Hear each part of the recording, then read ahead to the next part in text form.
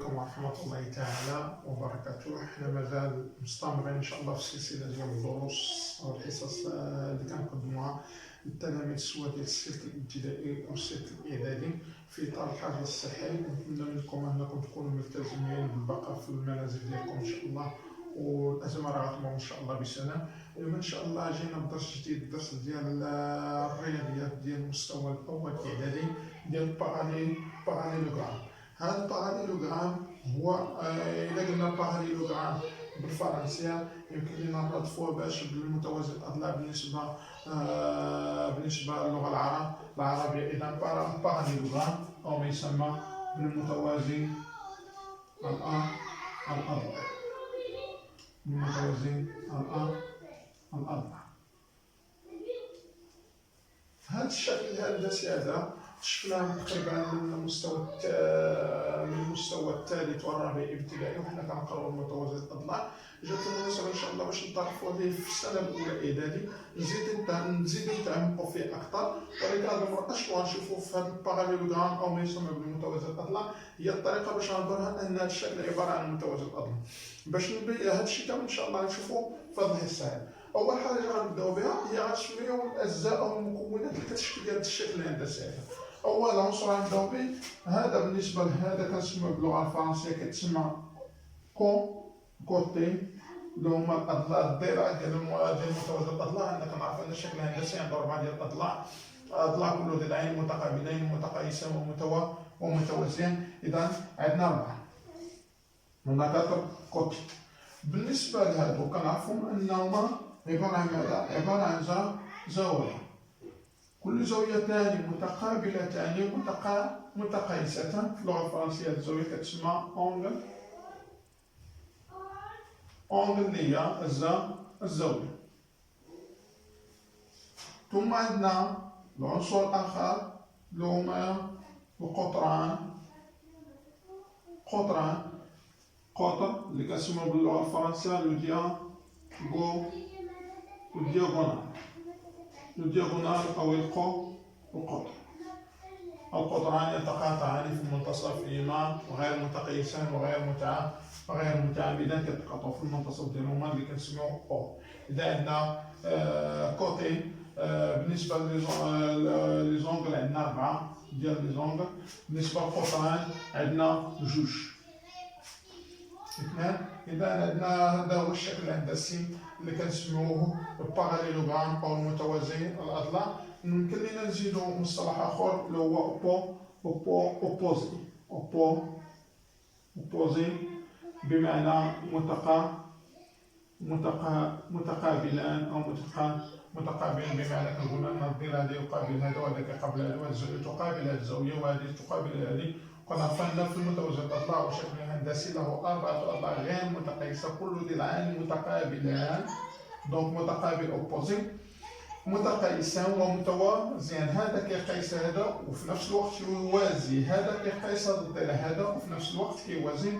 وعندنا كذلك الزاويه هذه 4 زوايا غير قائمه، كل زاويتان متقابلتان متقايستان. اذا كانت هذه 49 هذه كذلك 49، اذا كانت هذه 69 هذه 60 درجه. ولو قطران يتقاطعان يعني كنقولوا يتقاطعان دونك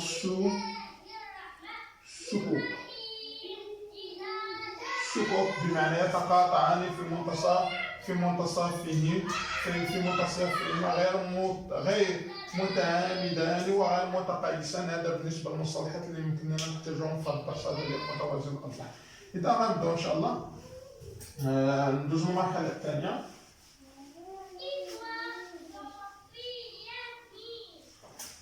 ان شاء الله بالنسبه اول معلومه يمكن لنا نستعملوها باش نبينوا ان ملي كيقول لي بين ان الشكل عباره عن متوازي الاضلاع وبين ديمونطري كو ABC c'est un parallélogramme انضم من لي كونت. اذا شنو غنقولوا؟ اول ملاحظه الى لاحظنا هذا الشكل هذا ان كنا هذا الضلع هذا راه يوازي هذا وهذا يوازي هذا. إلا سجلنا هنا غنتلقاو أشنو؟ أن AB يوازي ماذا؟ يوازي سي سي دي. هذا الرمز ديال التوازن. اي اي اسي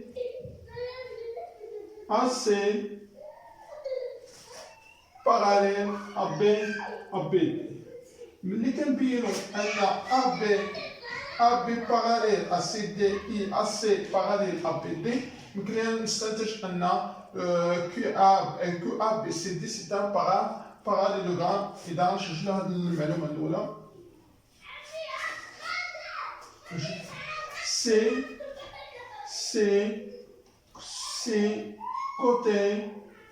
سي كوتي بمعنى هاد الاضلاع سي كوتي كوا اوبوزي. سي كوتي اوبوزي بمعنى كل ذراعان الاضلاع المتقابله. سي كوتي اوبوزي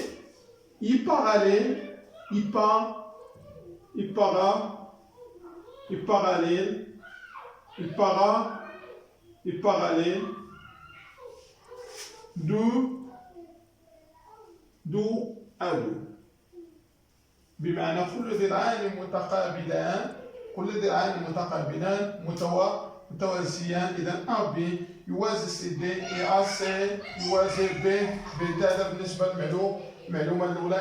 إذا بينا كيقول لي مثلا باغ اكزومبل de montrer que A, B, C, D c'est un parallélogramme, on a quoi? On a AB parallèle à C, CD, car quoi? Car les côtés sont quoi? Sont opposés. Et quoi? I AC parallèle à BD, donc A, B, C, D, c'est un parallélogramme. إذا كان AB يوازي CD وAC يوازي BD، نستنتج أن الشكل عبارة عن متوازي الأضلاع. نجوزو للمعطى الثاني اللي يمكن نستنتجوه ونسجلوه هنا ان شاء الله.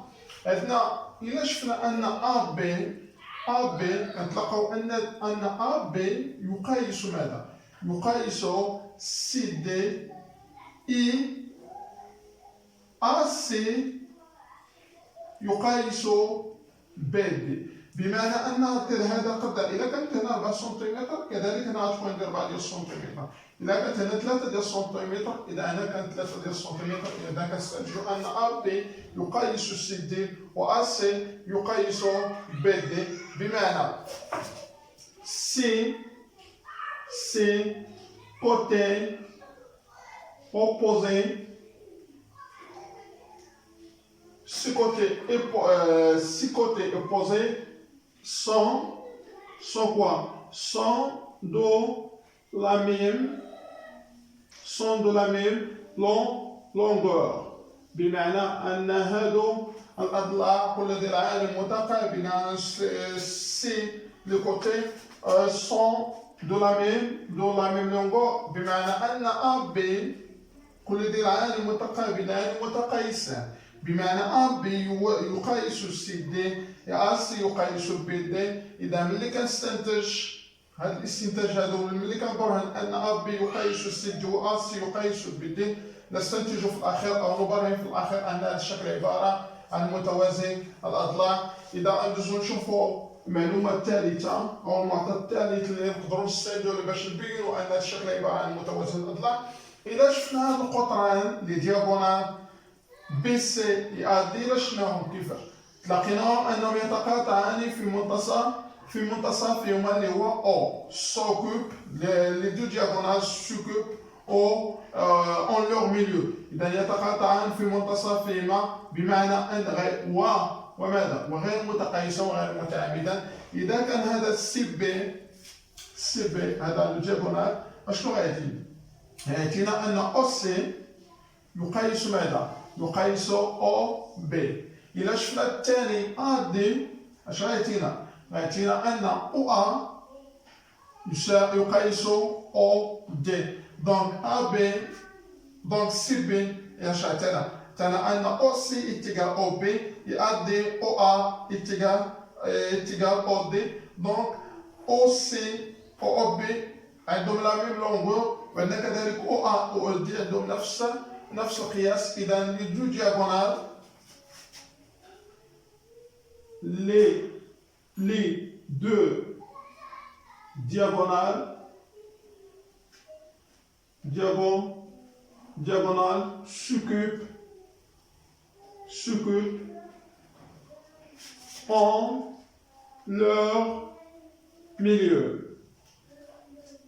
Les deux diagonales s'occupent en leur milieu يتقاطع في منتصفهما ولكن غير متقايسان. اذا هذا كيقيس هذا او ا او سي كيقيس او بي، و او ا يقيس او دي. اذا استنتجنا ان القطران غير متقايسون يتقاطعان في منتصفهما، يمكن نستنتج ان هذا الشكل عباره عن متوازي الاضلاع. بقى لنا المعطى الاخير باش نعتمدوا عليه كذلك. اذا شفنا الاضلاع وشفنا لي دياغونال بقاو ليا لي زونغل او بالنسبه للزوايا. اذا شفنا ان الزاويه ماذا بي اي سي، l'angle B ici sont quoi?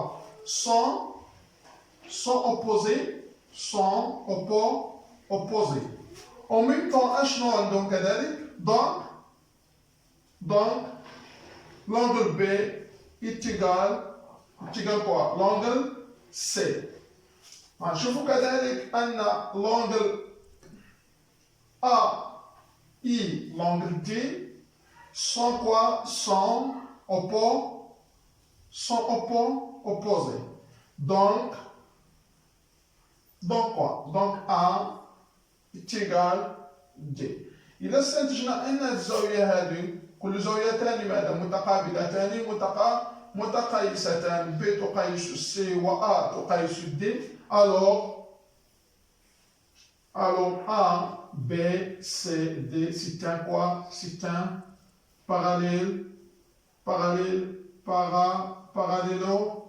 parallélogramme. إذا استنتجنا أن هذا قد يؤدي إلى ذلك. هذه الزاوية تقيس هذه الزاوية سي، والزاوية A تقيس دي لأنهما متقابلتان. إذا بإمكاننا نقول أن الشكل عبارة عن متوازي الأضلاع. كملاحظة صغيرة، ماشي غير فقط المتوازي الأضلاع، كذلك عندنا لوزانج اللي هو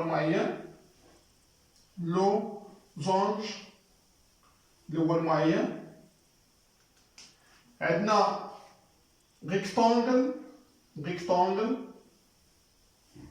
اللي هو المستطيل، وعندنا الكاري اللي هو المربع. كذلك الاشكال بامكان سون كوا سون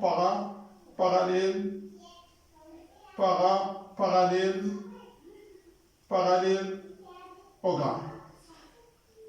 إذا شفنا مربع، الأضلاع الأربعة كلها متقايسة، الأضلاع الأربعة متقايسة ليقيس هذا، في نفس الوقت هذا كيوازي هذا وهذا كيوازي هذا.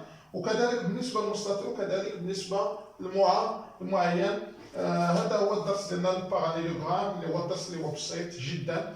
قبل ما نختموا ان شاء الله، راه اذا شفنا هذه الزاويه A، l'angle A plus B est égal 182 degrés. وإلا شفنا C، l'angle C plus D est égal 182 degrés. إلا شفنا كيعطيوني 362 دوغري. إلا شفنا هذه الزائدة راه تعطيني زاوية اللي هي مستقيمة أو بيان لونغل بلا. كنعرفوا أن لونغل بلا إيت إيكال 180 دوغري. هذه زائدة هذه لونغل سي بلس لونغل دي إيت إيكال 180 دوغري، كار لو دو زونغل سون كوا سون بلا. هذا هو الدرس اللي عندنا اليوم. السلام عليكم ورحمة الله تعالى وبركاته.